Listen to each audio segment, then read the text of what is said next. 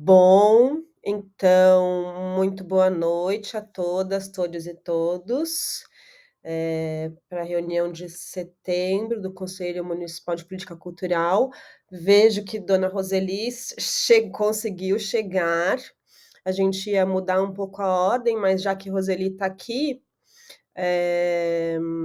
vamos tentar manter a ordem que estava ali na nossa pauta. Então, primeiro eu queria começar. Muito bem-vinda, Roseli. Só vou ver se tem algum informe aqui, tá? Tá bom, queridos. É, Queridas. Alguém tem algum informe para dar? Deixa aqui, ó. Não tem como? A Loma, eu tinha pedido um informe, na realidade é um ponto de pauta, é emergencial, é extra-pauta, é sobre a PL do PAC, que afeta a cultura e que eu achava importante, pelo menos, todos nós termos ciência. Eu também acho, Carmen. A gente pode colocar, então, como a pauta extraordinária depois da formação? Pode ser? Sim, com certeza. Obrigada. Massa. É um assunto importante para a gente. Mais algum informe, gente? Massa. Então, Roseli, obrigada pela sua presença aqui. E microfones abertos para você. Tá bom. Primeiro, uma boa noite, né, para todos, para todas.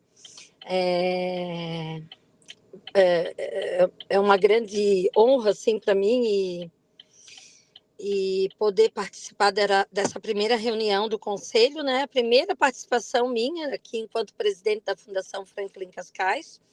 Tivemos alguns encontros com o Conselho desde o início do ano, junto com a Paloma e com a executiva, a gente vem alinhando algumas questões. E, nesse momento, a pauta ela se dá mais pela questão da Conferência Municipal de Cultura, né? Em princípio, a nossa conferência estava agendada para dias 11, 12 e 13, na próxima semana. Devido às questões relacionadas a tempo, a toda uma preparação de uma conferência que a gente gostaria de fazer com mais qualidade, com mais participação, né? Felizmente, o Ministério da Cultura conseguiu prorrogar esses prazos, sendo que a nacional acontece em março. Então, nós, enquanto município aqui de Florianópolis, conseguimos avançar, estendendo a data para 23, 24 e 25. É uma segunda, terça e quarta de outubro, né? Escolhemos segunda, terça e quarta, até numa conversa com a Paloma, e depois ela estendeu a todos aí, né? Que seria importante, porque são dias, geralmente, que os trabalhadores da cultura, os fazedores de cultura, muitas vezes estão envolvidos mais com apresentações e projetos mais para os finais de semana. Bom, o que acontece? A partir disso, então, mesmo antes a gente já vinha organizando, né? Nós temos ali o tema, que agora não me recordo, 6 eixos para serem discutidos, diferente das conferências últimas, porque não teve um direcionamento do governo federal, né, do Ministério da Cultura, nós não tínhamos nem ministério. E para esse ano, a gente está seguindo as diretrizes do Ministério da Cultura, com 6 eixos e um tema geral. Dentro dessa proposta do Ministério, a gente organizou, já iniciou o processo, né, de organização junto com o Conselho das setoriais, onde devam ser tratadas esses eixos, né? Os textos base estarão por vir do Ministério da Cultura, se comprometeram 10 dias após o período de prorrogação, estamos aguardando para enviar, para que haja uma discussão maior do tema, né, e dos eixos. A ideia é que cada setorial possa realizar as suas pré-conferências, discutir esses eixos, trazer algumas propostas e, ao mesmo tempo, também poder pensar na possibilidade não, já na indicação de seus membros para compor a nova diretoria do Conselho Municipal de Política Cultural, que será eleito, né, no dia lá 25 de outubro. Paralelo a isso também, junto a essa conferência, nós vamos tirar os delegados na conferência municipal, para estadual e para federal. Uma sugestão que a gente teve, né, e foi muito... A equipe toda da conferência aceitou, é que, além das setoriais, a gente estendesse para as comunidades, e aí a gente estabeleceu por região, uma pré-conferência por região, para que a gente pudesse levar um pouco das informações do que a Fundação faz, o próprio Conselho, qual é a atuação do Conselho, falar sobre também os eixos que vão ser discutidos, e, além disso, também falar de que o Conselho ele é feito por representatividades, por setoriais, e aí ampliar essa participação da sociedade civil nas discussões da própria conferência, né? Do próprio tema que se está colocando em pauta, tá? Já temos 5 locais definidos, se eu não me engano, está faltando fechar o Continente, que provavelmente vai ser na Biblioteca Pública, e a UFSC, que a Glória também ficou de conversar com a Universidade Federal, a partir da Bianca, que parece que tem cadeira aqui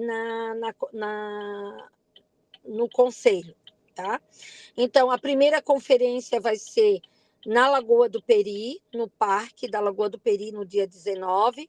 Depois vamos ter uma na Casa das Máquinas, na Lagoa. Vamos ter uma no Teatro da Ubro, no centro. Vamos ter uma no Continente, na Biblioteca Barreiros Filho. E vamos ter uma também na Universidade Federal e uma no SESUSC, tá? Então, a gente distribuiu bem essas regiões para que a gente pudesse levar a pauta da cultura, dialogar um pouco mais com a comunidade e mobilizar as pessoas para virem na conferência, né?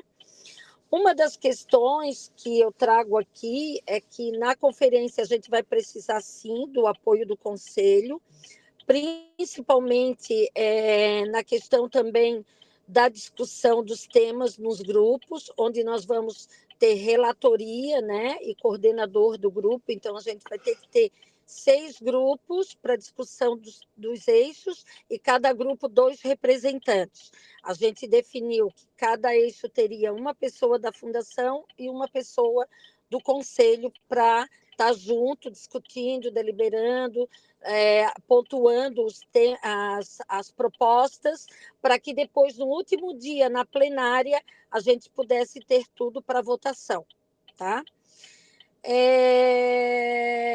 Estamos alinhando com o MIC uma palestra, né, sobre o tema geral. Refizemos o convite, porque estava lá para setembro, agora foi para outubro. Estamos prevendo salas que tenham acessibilidade, né? Porque tem pessoas com... Pode ser que tenham pessoas com portadoras de deficiência física, né? Vamos ter intérprete em Libras. Tudo isso a gente está alinhando e verificando também da melhor forma para que a gente possa executar uma excelente conferência. Não sei se os meus colegas que estão aqui, Luciana, Carmen, Adriana e os demais, tenham mais alguma coisa sobre a conferência, ou se alguém do Conselho queira, né, nos colocar algumas coisas aí para que a gente possa ampliar e qualificar um pouco mais.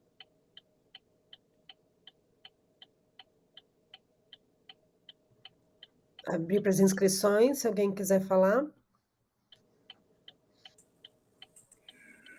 Nós havíamos conversado, Roseli, de que nós íamos falar com os representantes dos órgãos públicos que têm cadeira no Conselho, como a UFSC, a UDESC, o IFSC, para que eles fizessem também, O se Desk empenhassem em fazer... Cearte também, né, Carmen? Esqueci.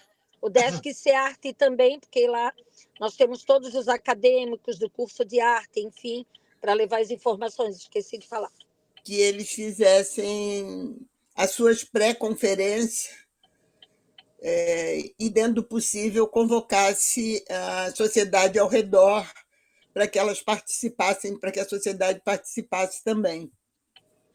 Então, eu convoco aos conselheiros dessas instituições que se manifestem, né, para que a gente possa saber das possibilidades de realizar as pré-conferências também nessas instituições.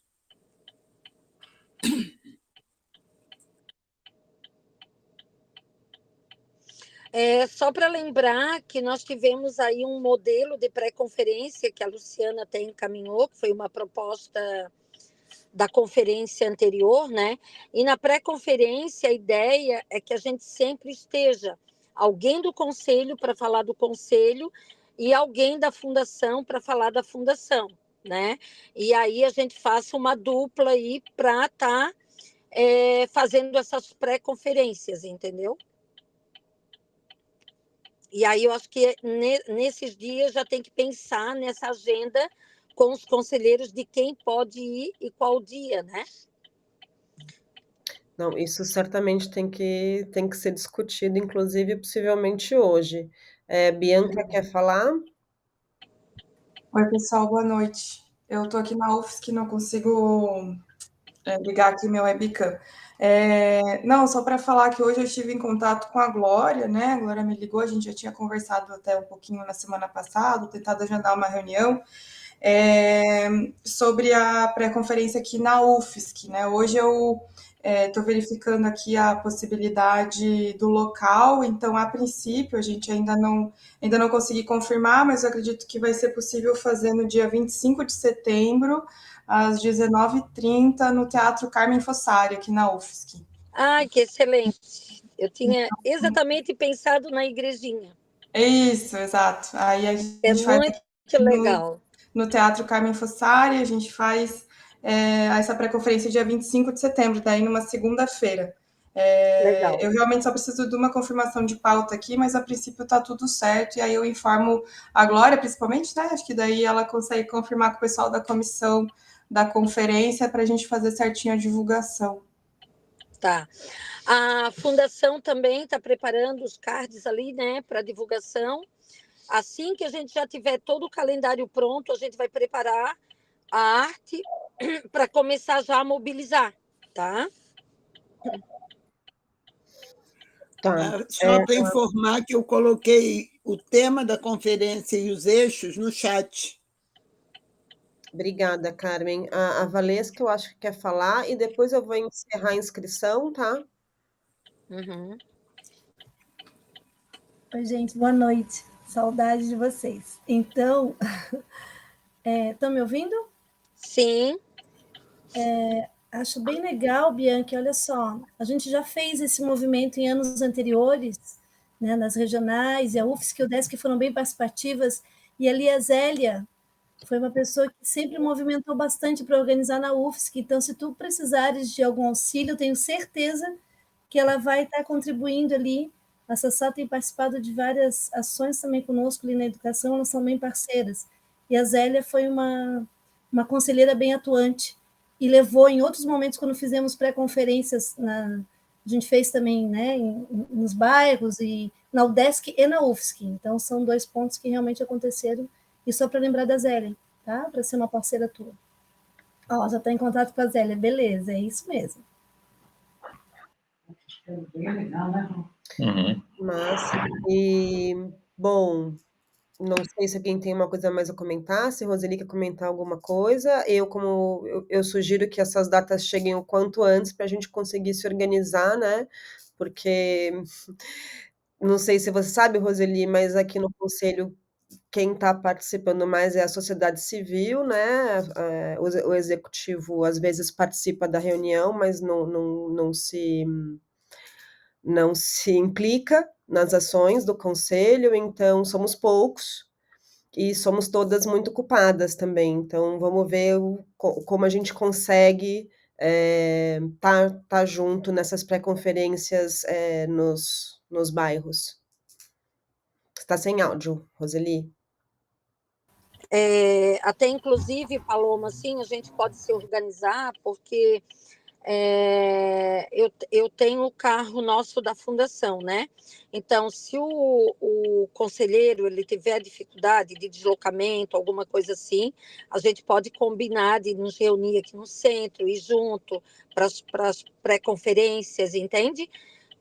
Para facilitar, né? Depois a gente se compromete também em deixá-lo na residência, para a gente facilitar também, porque afinal de contas nós estamos em trabalho, né? E a gente sabe que a dificuldade de deslocamento também é complicado. Outra coisa também que eu vou alinhar depois com a Luciana aí, vou pegar os representantes da governamental para ver a frequência desses representantes. Quero também trabalhar junto com as secretarias, porque a política da cultura ela é transversal, tem muitas coisas que passam por diversos setores. Hoje nós temos uma assessoria de pessoas com deficiência, uma assessoria de pessoas para a igualdade racial, nós temos a Secretaria de Assistência Social, nós temos a Secretaria de Educação, que está representada aqui pela Valesca, né? E a saúde, eu acho super importante. Eu vejo que essas pastas elas precisam estar representadas também nesse diálogo com a cultura para que a gente possa estreitar relações e pensar em coisas que, né, de contribuições aí. Sim, não só representadas, mas atuantes, né, Roseli? Atuantes, com certeza. Tem bastante representação do executivo, a questão é atuar mesmo. Aí, assim, de fato, é Valesca e Cris, e a gente conclui porque nosso convidado da formação antirracista já está aqui. Aliás, Tá convido bom. a Roseli para permanecer para participar. Eu tenho uma outra reunião virtual aqui com a Academia de Letras de Florianópolis, que eu me comprometi também, tá? Mas a gente vai alinhando e depois, Paloma, qualquer coisa, eu encaminho um ofício para ti com tudo que realmente a gente precisa acertar e a própria representação do conselho na conferência para a gente poder organizar, tá? Contem comigo, que precisar, eu estou aqui à disposição. Tá, não sei se foi Valesca e Cris ou Cris Valesca, gente, vocês, por favor. Eu retiro meu pedido, passo para a Valesca. Não, eu ia colocar exatamente essa questão que a Roseli falou ali dos carros, porque a gente fazia mesmo essa parceria do privado e do público, então, assim, a gente é paritário, é um conselho paritário. Eu estava de licença médica, também eu estava afastada de algumas atividades e também aqui, né? Mas o nosso, assim, eu acredito que o Rodrigo tenha participado das outras. Então, a educação tenta estar mais próxima, mas sempre essa questão do transporte também a gente fazia essa organização, né? A fundação geralmente colocava, mas a gente pode também na educação estar junto e aí colocando as datas ali a gente pode a gente se organiza, né? Para se organizar, porque a gente tem também essa questão do transporte para a EJA, né? E daí a gente pode também solicitar um apoio da secretária Fabrícia, eu tenho certeza, que vai nos auxiliar nesse ponto. Então, é mais por isso. Não sei dos outros representantes, mas a educação tenta estar presente. Obrigada, Valesca, obrigada pelo oferecimento. Então, antes da Roseli ir embora, rapidinho, tá, Roseli? Tem uma pergunta da Gaia para você, que não tem a ver com a conferência. Gaia, você está com o microfone? Estou me ouvindo? Estou. Tá. Diga, Roseli, Gaia. a gente quer a data do edital da Paulo Gustavo, quando é que vai sair? Então, querida, nós tivemos hoje uma reunião com o Sistema Bússola e com a Secretaria de Transparência, tá? Entre essa semana e início da semana que vem, a gente consegue já estabelecer uma data, tá? A gente está criando também um processo de organização de acessibilidade, porque a própria lei ela requer, né, esse atendimento, que foi algo que foi muito pedido na oitiva também. Então, quando a gente lançar, a gente quer lançar com segurança e a gente quer que dê tudo certo. Então, aguardamos até semana que vem, pós-feriado, para a gente repassar essas informações. Tá? Tá. E o sistema Bússola já fechou? É essa a escolha mesmo ou não? A gente está alinhando porque a gente não quer fazer nada impresso, né? A gente não quer nada, a gente quer fazer de forma virtual, né? Ao mesmo tempo também, se for através do sistema, nós temos que preparar essa equipe, deixar organizada essa equipe, porque aqueles que não tiverem disponibilidade e não conseguirem ter esse acesso em suas residências, enfim, como a gente havia conversado na oitiva, a gente está buscando preparar esse espaço, entende? Então, na semana que vem a gente já tem uma posição, tá? Tá bem, obrigada. Roseli, antes de você sair, eu só queria apresentar, assim, começar o nosso processo aqui da formação antirracista. Roseli, a gente tem feito essa formação esse ano todo, essa é a 4ª ou a 5ª, que a mesa diretora, junto com a Tati, da Cultura Negra, a gente vem trazendo convidados a cada 2 meses, né? Esses convidados vêm simplesmente pelo desejo de formar a gente, né, para partir de uma cultura antirracista, mas seria muito interessante que o Conselho tenha verbas para poder também pagar essas pessoas, que são pessoas extremamente formadas, com muito conhecimento, com muita coisa a nos ensinar, e que seria justo elas terem um pagamento e não trabalhar gratuitamente, assim. Tem uma subvenção para a gente poder acionar, fazer essas coisas pelo Conselho e pela Fundação também. Eu acho, sabe, Paloma, que a gente já está em setembro, eu acho que a gente pode fazer aí um planejamento, né? Talvez para 2024 ou para final de ano, enfim, não sei como que a gente vai organizar. Eu penso que nós temos uma assessoria no município de políticas públicas para a igualdade racial, que talvez seja um momento também de chamá-la aqui, sabe? A Cleusa é uma pessoa super acessível, é do movimento negro, tem feito muitas coisas na Prefeitura de Florianópolis, de protocolos em relação a políticas públicas voltada à questão da comunidade negra, e eu penso que também seria interessante trazê-la para esse momento de discussão, sabe? Uma noite, assim, do que esse setor tem encaminhado junto a sociedade civil, as instituições que têm trabalhado esse tema, né? Maravilhoso, então a gente troca pedidos e Isso! agradecemos sua presença. Tati está aqui. Tá. Tati, vamos falar com essa moça aí, Tá bom. uma próxima convidada. Então, nos comprometemos uma com a outra aqui. Isso. Tá bom? Gente, muito obrigada, viu? Fico à disposição. Boa noite, uma excelente conversa aí, né? Palestra, enfim, informação. E eu vou entrar na outra reunião online e a gente vai conversando, tá? Tá certo. Até logo. Obrigada, Roseli, Um pela abraço. Tchau. Tchau, tchau. Boa noite.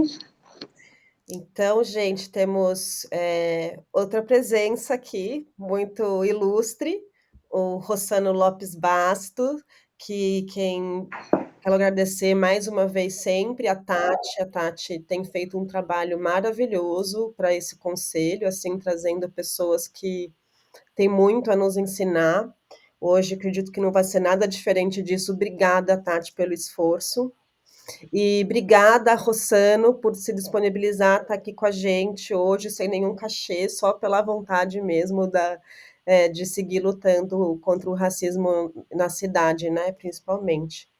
O Rossano, gente, ele é professor, arqueólogo, doutor e livre-docente em arqueologia brasileira, pelo MAI da USP, é membro da rede da de Arqueologia Negra, membro do ICOMOS, Conselho Internacional de Monumentos e Sítios da Unesco, tem formação em psicanálise de orientação lacaniana, ou seja, meu Deus, Rossano, muito, muito, muito, muito, muito, muito bem-vindo com esse currículo maravilhoso aí, obrigada. Estamos com você. Boa noite a todas, todos e todas, se me ouvem bem.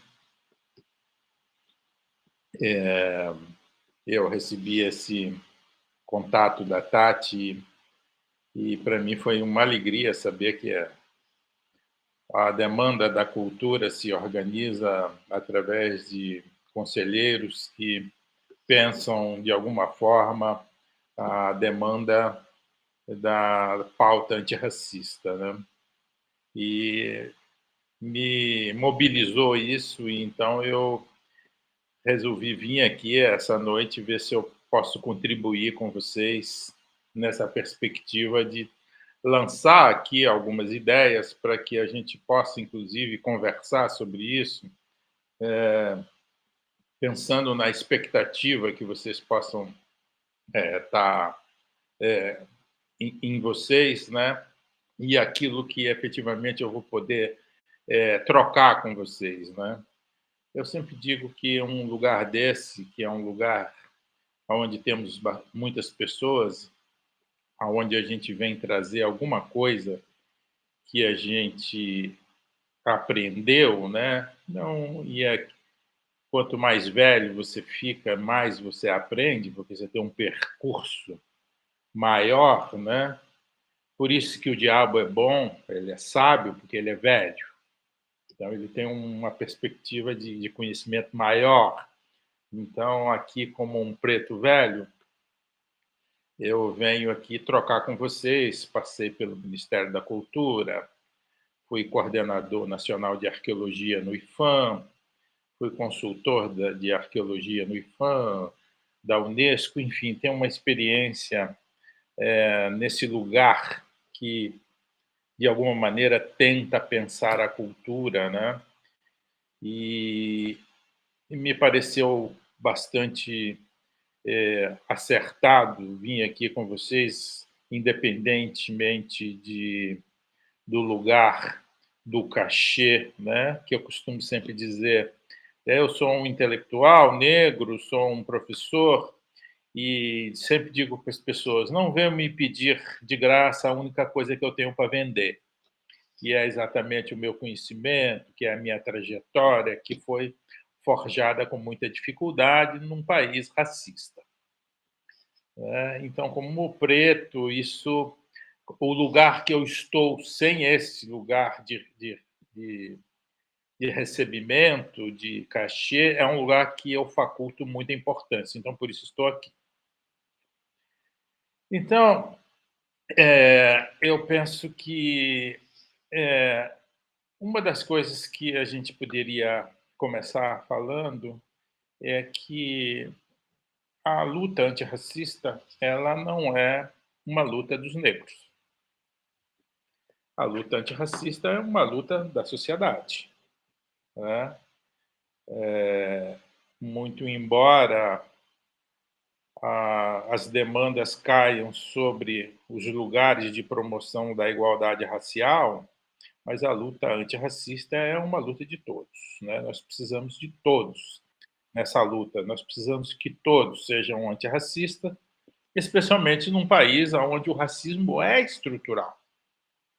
E ele é estrutural porque ele foi forjado assim lá desde 1500, né? Desde quando existe o projeto das luzes, da iluminação, que chegou aqui fazendo um dos primeiros genocídios e epistemicídios que nós temos notícia, que foi a capacidade de negar àqueles que aqui habitavam, que tomaram o nome de indígenas, a capacidade de pensar, de ter a sua cosmovisão. Então, eles foram roubados, foram destituídos dessa simultaneidade de dizer o que é que eles pensam do mundo e o lugar e o território que eles ocupam.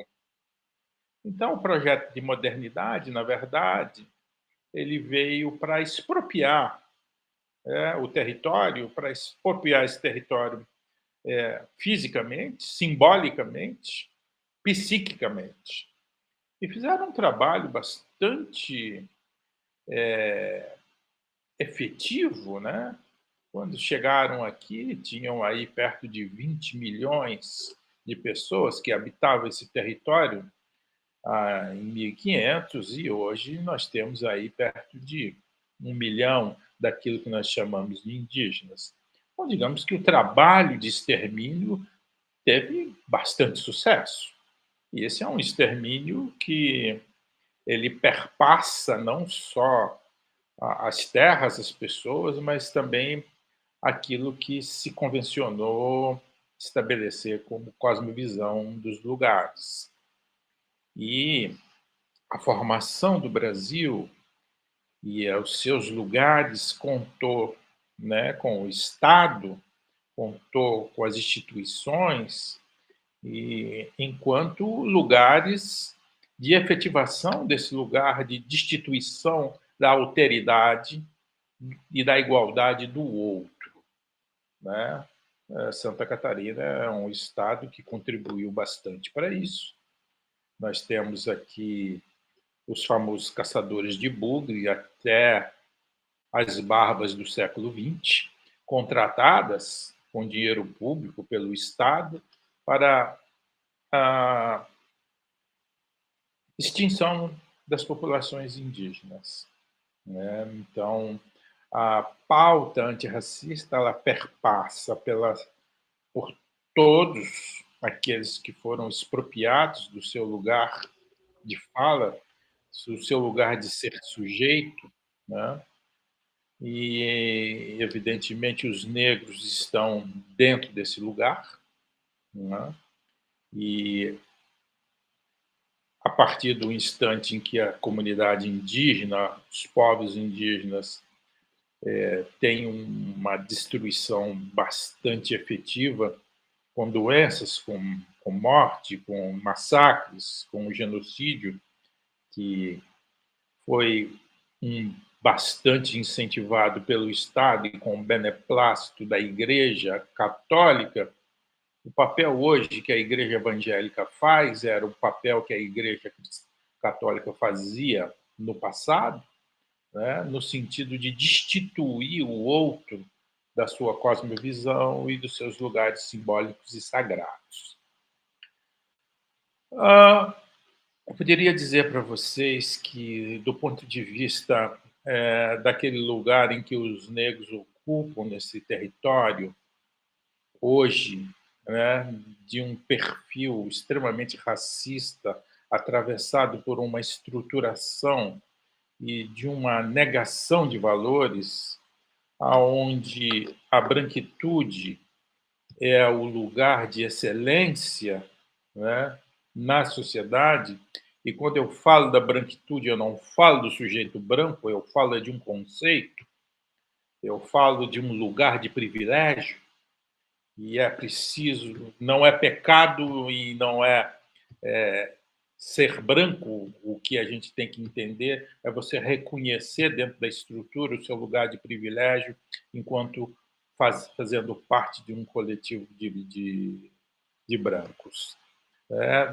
É recente a, a, a agressão que a polícia de Criciúma fez à família Damásio, em Criciúma, e isso traz aqui a violência de Estado, a violência policial, que perpassa e saiu, né, e veio nos brindar aí, nesse momento, com mais uma atividade de cunho racista. Por isso que a pauta antirracista ela tem que perpassar todas as questões, porque nessa questão não é uma questão dos negros nem dos indígenas, é uma questão da sociedade, e nós precisamos de que os negros que foram subalternizados, os indígenas, os ciganos, as comunidades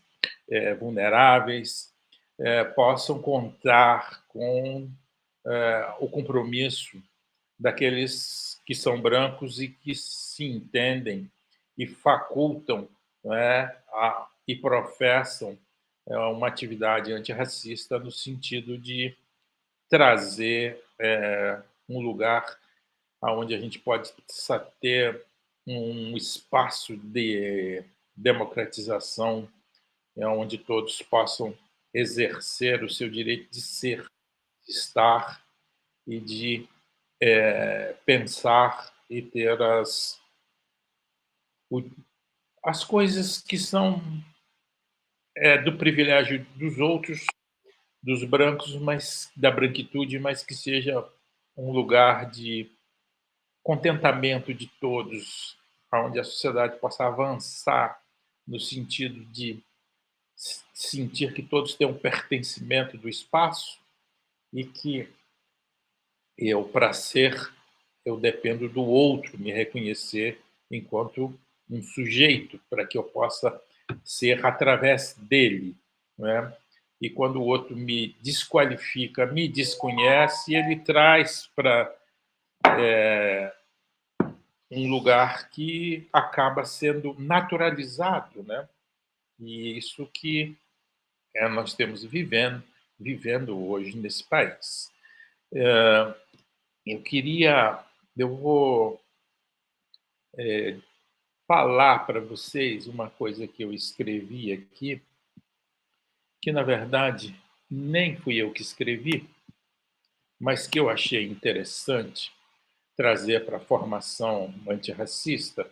É muito breve, eu vou pedir a licença então para ler para vocês, para que isso possa nos trazer um pouco de reflexão, que é uma perspectiva de um antropólogo chamado Milton Guran, que foi desenhado por um outro chamado Dodô, que diz que quase ninguém parece ter entendido ainda a exata dimensão da importância do Cais do Valongo.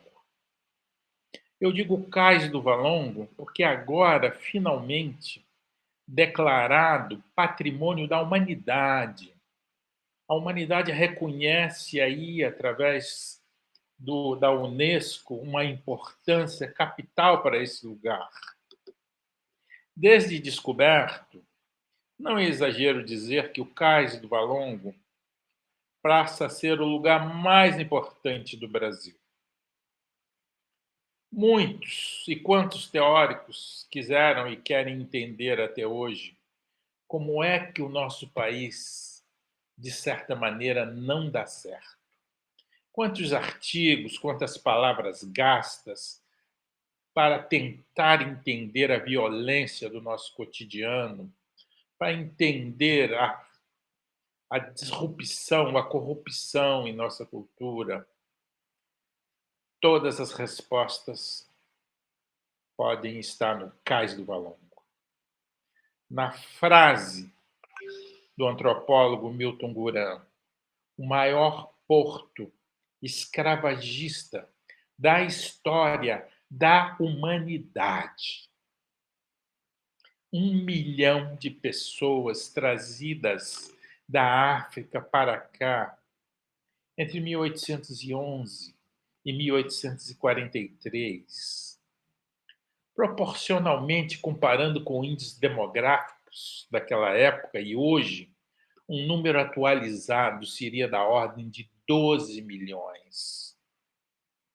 Os que já chegavam mortos eram enterrados de qualquer jeito ali mesmo no enterro sanitário, no chamado Cemitério dos Pretos Novos. O maior porto escravagista da história da humanidade fica no Brasil. E isso deve nos dizer alguma coisa. Isso explica, desde o subfaturamento em obras, aos assassinatos dos poceiros no Pará, à invasão da Casa das Famílias em Criciúma, desde a chacina do Carandiru, ao apoio da classe média ao regime militar e a recente popularidade do bolsonarismo, o maior porto escravagista da história da humanidade fica no Brasil. É uma tragédia humanitária. A tragédia humanitária do Cais do Valongo também explica, num piscar, um outro insolúvel mistério que tem exigido ginástica dos nossos intelectuais, talvez alguns mais honestos. O sermos o país da impunidade. Em Berlim, turistas fazem fotos ao lado do Memorial do Holocausto. A maioria dos nazistas foi identificada e punida, assim como também na Argentina. O povo alemão morre de vergonha do seu passado. E na Argentina, as mães e as vós da Praça de Maio se reúnem exigindo a todo instante a punição dos nazistas e dos milicos que ali fizeram a ditadura. E os responsáveis pelo Holocausto brasileiro? Onde estão? No Jockey Club, aplaudindo o cavalo vencedor do Grande Prêmio Brasil? Ou superfaturando obras no metrô, nas estradas, no asfaltaço, lucrando com religiões que cobram dízimo? A Igreja Católica, uma espécie de igreja evangélica do século XIX, foi condescendente com toda a escravidão no Brasil, orgulhando o país por sua fortuna, espírito empreendedor e determinação em acabar com cracolândias a qualquer custo, nem que seja em enterros sanitários. E as vítimas? E os seus descendentes do Holocausto brasileiro, onde estão? Lutando por cotas em universidades? Batalhando uma vaga de titular na seleção de futebol? Vendendo bala no trânsito? Fazendo bico de avião do tráfico de drogas? Tendo seus 5 minutos de fama durante a transmissão do desfile das escolas de samba, há muito estandartizados pelo capital? Apodrecendo em cadeias superlotadas? Nas madrugadas pelo Brasil, fumando crack em lugares como o próprio Cais do Valongo, como já foi flagrado pelas câmeras de TV, sendo ajeitado, aleijado, mortos por balas perdidas dentro do útero da própria mãe? Onde estão os pretos novos? O Cais do Valongo é a resposta para tudo. Até para a também indecifrável apatia de parte do nosso povo.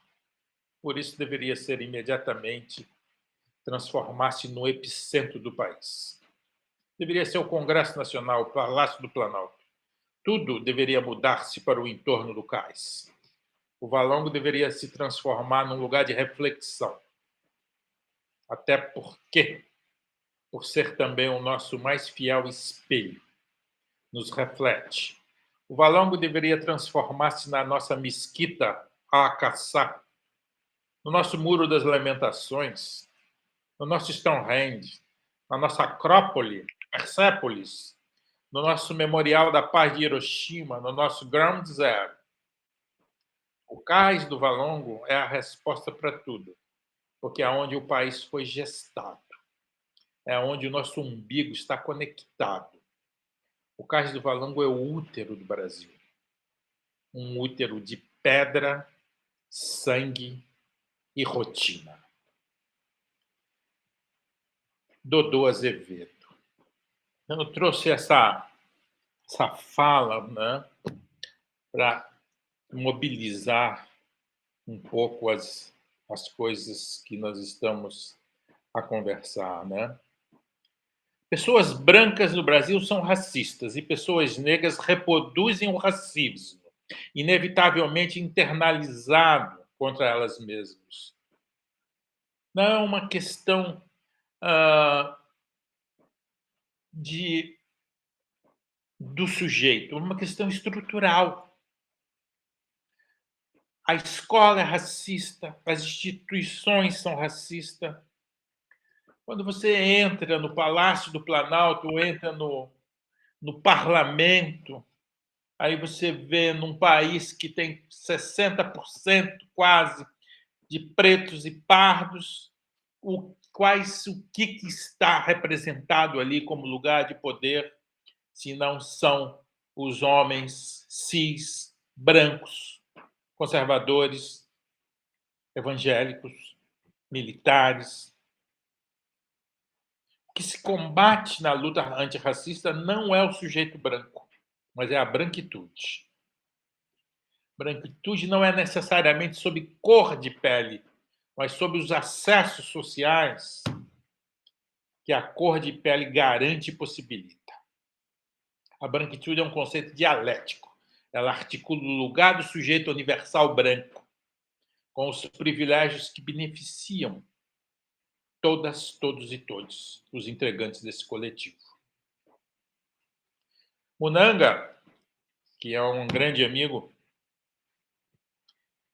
um antropólogo congolês radicado no Brasil, ele diz, ecoa dentro dos brasileiros uma voz muito forte, que diz, não somos racistas, racistas são os outros. Ora, como diz Sartre, comigo, tudo bem, o inferno são os outros. E é muito interessante que o Datafolha, numa das poucas pesquisas que fez sobre o racismo e sobre o preconceito do Brasil, em 1995, a pesquisa diz que 80% das pessoas entrevistadas no Brasil inteiro admitiam ter preconceito de cor no Brasil. Mas, paradoxalmente, 90% se dizia não racistas.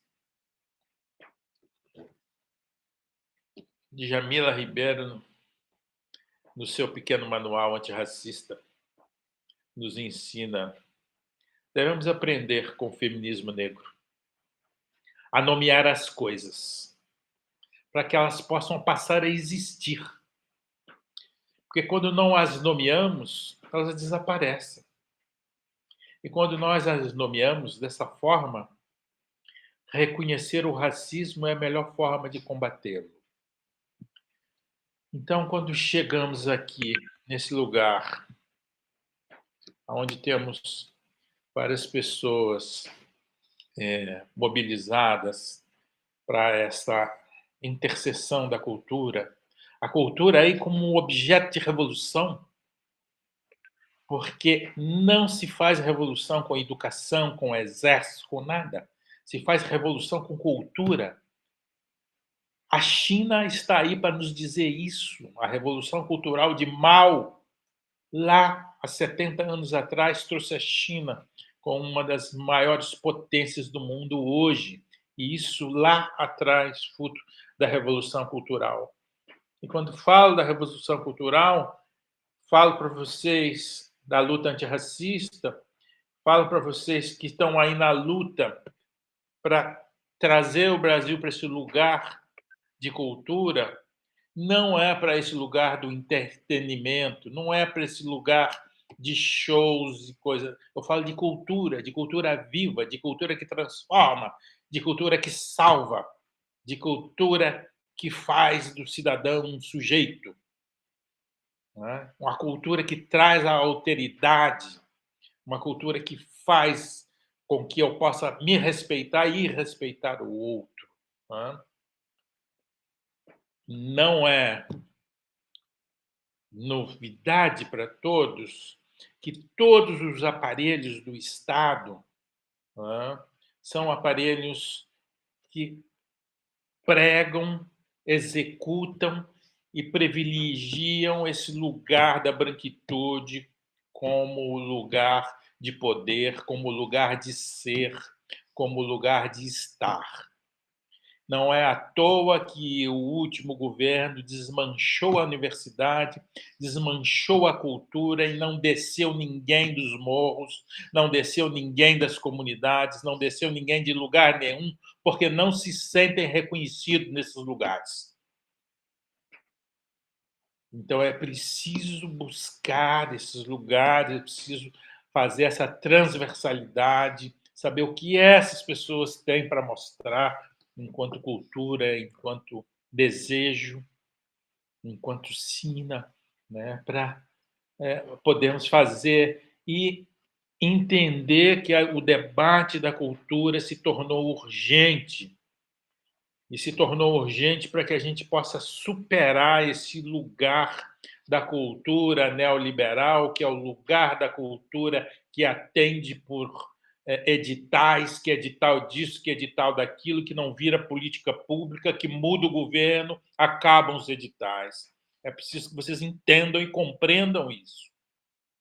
Tem um papel importante aí, nesse momento de transição, de fazer esse lugar da cultura através deste lugar de edital, mas é preciso que isso seja política pública e não seja apenas uma lei aqui, outra ali, de transição para um lugar de reconhecimento provisório.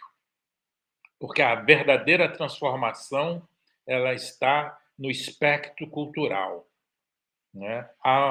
A educação ela apenas reproduz aqueles lugares de reprodução de um conhecimento europeizante que ainda não encontrou a educação antirracista.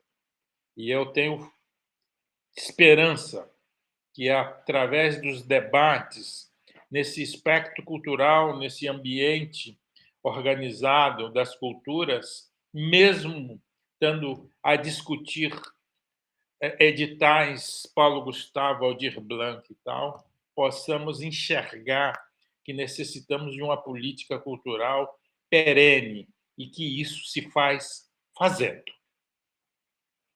E que, toda vez que eu estiver num espaço de poder dessa natureza, um espaço de conselho, num espaço de decisão, num espaço de alocação de recursos, eu me pergunte: esse projeto, esse lugar, esse espetáculo, esse evento, ele perpassa a sociedade? Ele contempla a luta antirracista? Quantos negros, quantos indígenas tem aqui alocados para esse recurso? Quantos negros estão aqui fazendo parte que não seja carregando caixas e servindo cafezinho? Quantos indígenas estão aqui mostrando a sua música, a sua cultura e o seu entendimento e a sua cosmovisão? A partir do instante que a gente estiver olhando para isso, não é? Que a gente puder romper com esse pacto do silêncio, da branquitude, a gente vai conseguir com que a cultura seja a força matriz e motriz de transformação de uma sociedade mais justa, mais equânime e mais igual e mais diferente, mas mais respeitosa com as diferenças. Porque é disso que se trata a riqueza de um lugar, do acolhimento das diferenças. Então, eu pensei mais ou menos em trazer essas reflexões para vocês, né? E me disponho aqui a ouvi-los e debater com vocês algumas questões que vocês possam querer trazer para a gente poder entender e trabalhar com isso. Eu vi aqui, inclusive, que tem o eixo 3, Identidade, Patrimônio e Memória. Né? Vocês sabem que o IPHAN, que é o Patrimônio Histórico Nacional, e as fundações culturais dos estados e dos municípios, se ocupam desse lugar da proteção dos bens culturais, é que o IPHAN, que é o Patrimônio Histórico Nacional da Nação, talvez uma das instituições mais perenes da República, junto com o Exército Brasileiro, e, portanto, uma das que fazem mais mal desde lá. E se a gente olhar os livros do tombo do IPHAN, a gente vai perceber que, desde 1937, o que está inscrito no livro ali é o racismo. Porque o que está inscrito ali é o patrimônio da elite eclesiástica, representada pelas igrejas barrocas e o rococó. O que está inscrito ali é o patrimônio da elite militar, com os fortes, fortalezas e fortins. O que está inscrito ali é o patrimônio da elite aristocrática, com as casas, os casarões e os palácios, sem as senzalas. É muito recente que o Decreto 3551 criou um espectro do patrimônio imaterial e pôde qualificar e reconhecer o ofício da capoeira e a roda de capoeira como um patrimônio nacional e depois foi reconhecido como patrimônio da humanidade. Isso foi no ano 2000. Esse reconhecimento não tem 20 anos e foi reconhecido pelo mundo, mas não tem o mesmo apoio que tem trocar um telhado de uma igreja barroca, aonde temos o plano do aceleramento do crescimento para cidades e igrejas históricas, e eu me pergunto quanto os governos, desde 1937, investiram nas igrejas barrocas e quanto eles investiram nos terreiros de matriz africana. Eu vou poupar vocês de procurar. Nos terreiros, 0. Nas igrejas, alguns bilhões de dólares. Então, o que nós estamos falando aqui, como a luta antirracista, é sobre tudo isso. Não é? Então, para pensar esses projetos, para pensar essa legislação, para pensar esse edital, vocês conseguem imaginar uma comunidade indígena entrando numa plataforma lá da Lei Paulo Gustavo para pedir um recurso? Tem que ter um CNPJ, que não sei o quê. É preciso fazer um curso para pedir o dinheiro. Mas uma comunidade quilombola. Então, o Estado tem o seu aparelho de vetar com que aqueles que não são reconhecidos como sujeitos acessem aquilo que é do coletivo. Então, esse é um lugar, não é, que os conselheiros podem pensar. Não é? Como fazer? Né? Com o Quilombo Saracura, em São Paulo, com o Quilombo Vidal Ramos, aqui em Florianópolis. Né? Quais são as ações e atividades que essa cultura está pensando para esse lugar que é o Quilombo do Vidal, lá no Rio Vermelho? Então, essas coisas eu trago aqui para vocês, para o debate, para uma reflexão, para a gente poder pensar a cultura como um motor de transformação da sociedade, né, que será uma das questões mais importantes que a gente pode fazer pelo convívio da sociedade como um todo. Agradeço aqui você estar me ouvindo, o meu entusiasmo é que são 40 anos lidando com cultura, com patrimônio cultural. Ainda não desisti. E e fico feliz de vê-los aqui nesse esforço à noite, né, sem remuneração, tentando pensar coisas que possam nos alavancar por um lugar de destaque, por um lugar luz e não por um lugar sombra.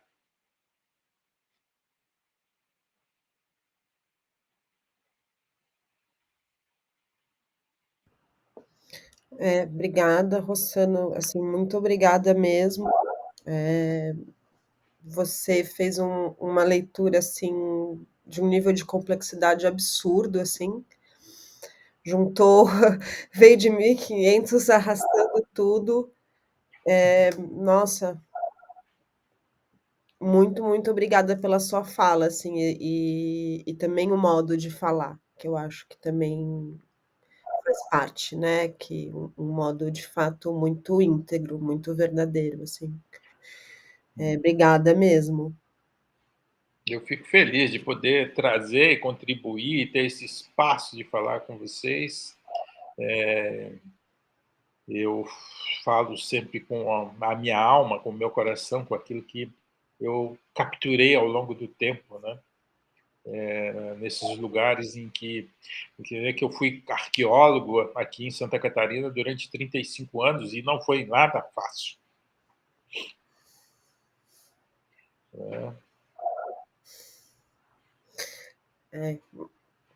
Trabalhar com cultura em Santa Catarina não é nada fácil. Nada, nada, a gente sabe muito bem.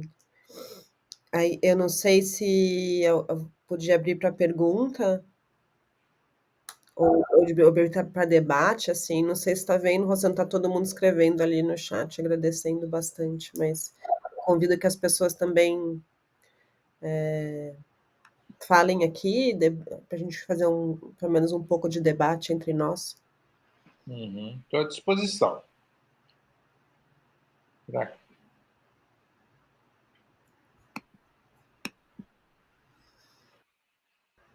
Suzana, por favor. Oi, Rossano. Oi.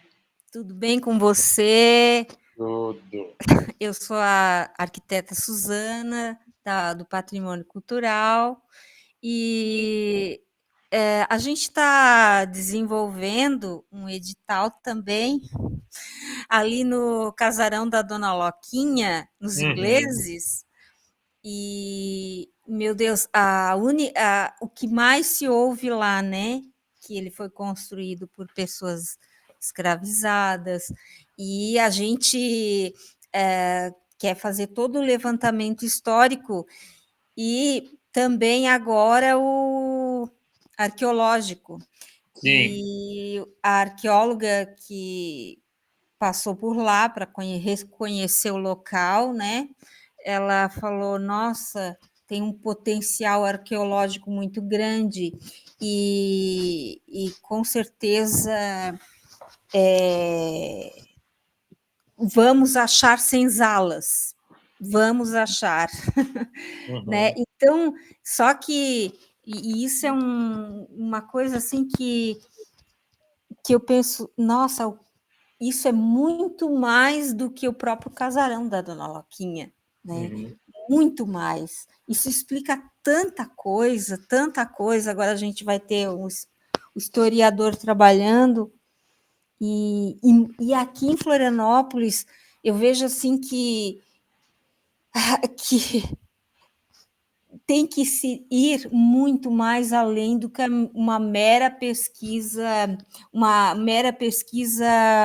como é que eu vou dizer, da arqueologia histórica, tem que ir muito mais profundo, contextualizar muito mais cada exemplar da arquitetura histórica de Florianópolis, muito mais. Agora, com a tua fala, fiquei muito tocada. Só queria dizer isso, muito obrigada mesmo, Rossano. Valeu, tá?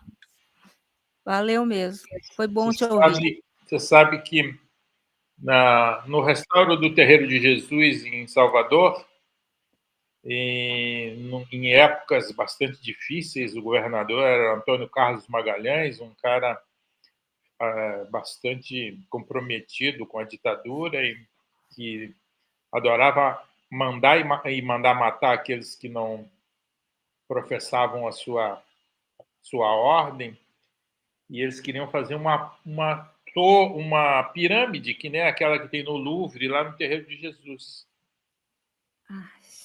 E, então, eu fui lá, escalado pelo IPHAN, e disse, não, aqui tem que fazer uma pesquisa arqueológica, e aí descobrimos na entrada da igreja um negro que tinha sido sepultado, e ali, com aquele negro, nós encontramos algumas miçangas de uma entidade que já tinha desaparecido no ritual do candomblé, nos terreiros de lá, e que foi reincorporado na gira do terreiro através da pesquisa arqueológica que fizemos lá na porta da igreja, onde eram permitidos sepultar os negros, só na porta, porque dentro eram só os brancos, né? Aqueles que ajudavam, então, a igreja. Então, a pesquisa arqueológica aqui em Florianópolis tem muito o que trazer, né, de cultura, de história, de né, as casas aqui. A Santa Catarina, a Florianópolis chegou a ter 460 engenhos de farinha e de cachaça, porque abasteciam os navios que aqui paravam e se abasteciam ali onde é o Biguaçu, onde tem o aqueduto, paravam ali, e aqui era um lugar pujante de farinha e de cachaça e de trabalhos e de senzalas e de pessoas que aqui trabalhavam. Então tem uma história soterrada aí, que está uma parte delas conservada no Parque Municipal da Lagoa do Peri. Ali temos muitas coisas ainda que possam ser objetos de uma trilha histórica, arqueológica, contando essa história do desterro. Porque aqui, nesta cidade, todos vocês devem saber, não é um lugar que foi colonizado e tal por açorianos. Isso é uma invenção dos institutos históricos geográficos que na ditadura serviam para isso, para criar narrativas. Desterro era o lugar que lá em Portugal se mandavam as pessoas que queriam comutar a sua pena, eram condenados em Portugal, então podiam comutar a sua pena e viver em desterro. E desterro era Florianópolis. Então isso aqui foi criado, foi colonizado por criminosos que vinham de lá, né? Então, assim, essa narrativa dessa construção desse lugar de que isso aqui é de Açores, não, tinha gente dos Açores, da Madeira, né? De Lisboa, do Porto, do Trás-dos-Montes, de tudo quanto era lugar, que comutavam a sua pena e vinham para cá. Por isso que tinha esse nome de desterro. Então, a história precisa ser também ela tem um papel fundamental no sentido de ela ser desconstruída desse lugar e dizer que aqui habitavam né, a elite de Portugal. Não era nada disso. Santa Catarina, inclusive, é um dos estados que tem aonde tiveram as primeiras cotas, né, os primeiros navios dos europeus que fugiam da fome, do Baixo Reno, da Itália, da Áustria, da Ucrânia, esses lugares vinham para cá e aqui recebiam terra, instrumentos agrícolas, escolas e, fundamentalmente, cidadania. Essa terra